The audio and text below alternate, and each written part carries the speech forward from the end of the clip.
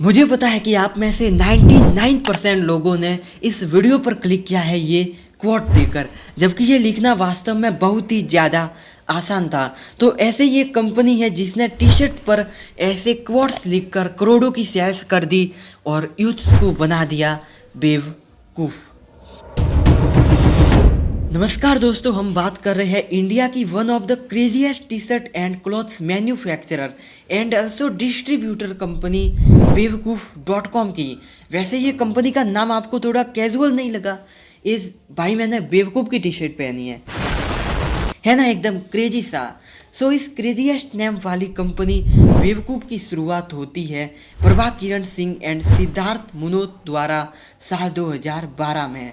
प्रभा किरण सिंह ने आईआईटी बॉम्बे से civil engineering की पढ़ाई की थी और इसके बाद इन्होंने अपने कॉलेज के ही बाहर एक खड़गे लस्सी नाम से स्टार्टअप शुरू किया, लेकिन वो कुछ ही महीनों में फ्लॉप हो गया। वही सिद्धार्थ मुनोत ने आईआईटी बॉम्बे से ही बीटेक किया था। इसके बाद इन्होंने भी एक नॉर्मल से कॉरपोरेट में जॉब की थी। पहले से ये दोनों दोस्त थे, तो एक बार कॉलेज के कंपाउंड में ऐसे ही एक बेंच पर बैठे बैठे दोनों अपने फ्यूचर के बारे में बात कर रहे थे। तो वहाँ से उन्हें इस स्टार्टअप का आइडिया आता है और यहाँ से उनकी असली कहानी शुरू होती है। और हाँ, हर बार की तरह इस बार भी हम स्टोरी, टाइमिंग एंड स्ट्रेटेजी तीनों को कंबाइन करते हुए ही चलेंगे। बचपन से ही दोनों दोस्त बड़े एक्टिव थे, सो जैसे ही इन्हें आइडिया आता है वे इस बिजनेस को शुरू कर देते हैं। अब इनका आइडिया क्या था कि जो भी मीम या फिर डायलॉग ट्रेंडिंग में है उसे टी शर्ट या मोबाइल कवर जैसी चीज़ों पर प्रिंट किया जाए, शायद वह लोगों को पसंद आ जाए। तो इस आइडिया के बेस पर बिजनेस को साल 2010 में शुरू किया गया। अब वे अपने बिजनेस के लिए एक ऐसा नाम रखना चाहते थे जो लोगों को फनी भी लगे और थोड़ा क्रेजी भी। और संयोग से कुछ ही दिनों बाद अप्रैल फूल भी था, सो उनके मन में बेवकूफ़ नाम आया एंड अप्रैल 2014 को वे बेवकूफ़.com नाम से डोमेन को रजिस्टर करवा लेते हैं।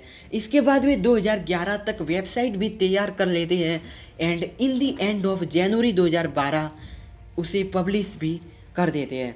अब 2010 एंड 2011 के बीच जो गैप था, यानी कि जो समय था, उसमें इन दोनों ने फैशन एंड लाइफस्टाइल के मार्केट की डीप स्टडी की थी और अपने बिजनेस के लिए पूरा रोड मैप भी तैयार कर दिया था। सो कंपनी के लॉन्च होते ही इसका एक फेसबुक पेज बनाया गया एंड कुछ ही महीनों में उस फेसबुक पेज पर भी 75K के अराउंड फॉलोअर्स भी हो गए। लेकिन हमारे इतने महीने हो गए लेकिन अभी भी 1K भी नहीं हुए, सो इसे भी करवा देना। बाकी कहानी को कंटिन्यू करते हैं। और कंपनी बहुत तेज़ी से ग्रोथ भी कर रही थी और ख़ासकर स्पेशली जब कंपनी कुछ इस टाइप की टी शर्ट लॉन्च करती है जैसे घंटा CA, घंटा MBA, तो लोगों में और ख़ासकर जेन जेड के यूथ्स में इसका क्रिंज इतना ज़्यादा था कि इस टी शर्ट का भी एक ट्रेंड बन चुका था। इसके बाद लेटेस्ट ट्रेंड के हिसाब से इन्होंने और भी नई नई डिज़ाइंस लॉन्च की और हर नई डिज़ाइन के लॉन्चिंग के साथ ही बेवकूफ़.com नए नए सेल्स के रिकॉर्ड भी छू रही थी। अब चूँकि बेवकूफ़.com एक ई-कॉमर्स कंपनी थी एंड आपको पता ही होगा कि ई-कॉमर्स की थीम में प्रॉफिटेबल होना बहुत ही ज़्यादा टफ यानी कि मुश्किल काम है। सो बेवकूफ़ क्या करती थी कि टी शर्ट और मोबाइल कवर जैसी चीज़ें खुद ही बनाती थी एंड अपनी ही वेबसाइट से इसे सेल भी करती थी। सो इनका प्रॉफिट मार्जिन इंक्रीज हो जाता था। फिर समय ऐसे ही आगे बढ़ता जाता है एंड साल आता है 2021। तो जून 2021 में बेवकूफ़ बनाता है राजकुमार राव को अपना brand ambassador with the tagline कभी न बदले।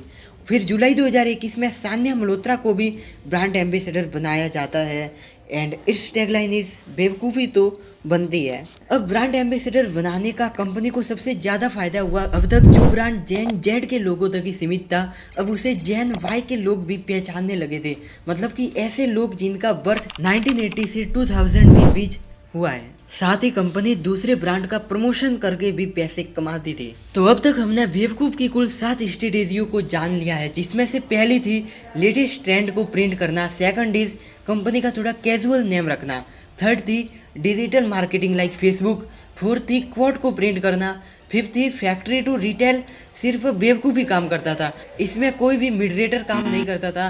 सिक्स थी ब्रांड के साथ collaboration and last and seven थी ब्रांड का प्रमोशन करके एक्स्ट्रा इनकम को जनरेट करना। साल 2023 में कंपनी का कुल 147 करोड़ का ऑपरेटिंग रेवेन्यू था, लेकिन कई सारे एक्सपेंसेस को घटाते घटाते यह 12 करोड़ की नेट लॉस में आ गया। अब जो साल ख़त्म हो चुका है 2024, इसके लिए उनका टारगेट था 2000 करोड़ की सेल्स करना, लेकिन अभी तक 2024 के स्टेटमेंट पब्लिकली रिप्रेजेंटेड नहीं किए गए हैं। सो आगे क्या होगा ये तो वक्त ही बताएगा। बाकी फ़िलहाल के लिए वीडियो पसंद आया तो वीडियो को लाइक कर देना, ऐसे ही और नई केस स्टडी के लिए चैनल को सब्सक्राइब कर देना। थैंक्स फॉर वॉचिंग, मिलते हैं अगले एक और नई वीडियो में।